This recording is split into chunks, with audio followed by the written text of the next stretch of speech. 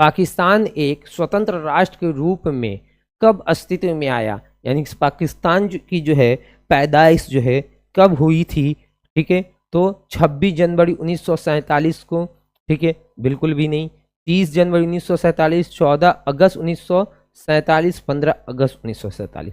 तो भारत जो आज़ाद हुआ था, वो 15 अगस्त 1947, और पाकिस्तान अस्तित्व में आया था, पैदा हुआ था बेचारा, ठीक है। पाकिस्तान अस्तित्व में आया था, पैदा हुआ था, कब पैदा हुआ था? 14 अगस्त 1947।